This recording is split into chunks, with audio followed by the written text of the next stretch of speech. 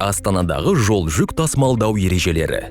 Жолға шығайын деп жатырсыз ба? Барлығы жайлы өтуі үшін Air Астана әуе компаниясының жол жүк тасымалдау саясатымен танысып шығыңыз. Жүк тасымалдау ережелері таңдаған тариф пен бронь санатына байланысты болады. Ережелерді билет брондап жатқан кезде әуе компания сайтынан немесе Air Астана қолданбасынан қарап шыға аласыз. Ыңғайыңызға қарай жүксіз бір немесе екі сөмкемен ұшатындай опцияларды таңдауға болады. Эконом класспен ұшатын жолаушылар үш тарифтің бірін таңдай алады. Қол жүкпен ғана ұшуға болатын базалық тариф. Бір қол жүкпен және бір жол жүкпен ұшуға болатын классикалық тариф. Екі жол жүк және бір қол жүк қарастырылған плюс тарифі. Эконом класс жол жүгінің салмағы 23 келіден аспауға тиіс. Эконом және бизнес класс қол жүктерінің салмағы 8 килограмм. Оның да өлшеміне қатысты арнайы ережелер бар. Тиімді бизнес және икемді бизнес тарифтермен алған жолаушыларға салмағы 32 келіге дейінгі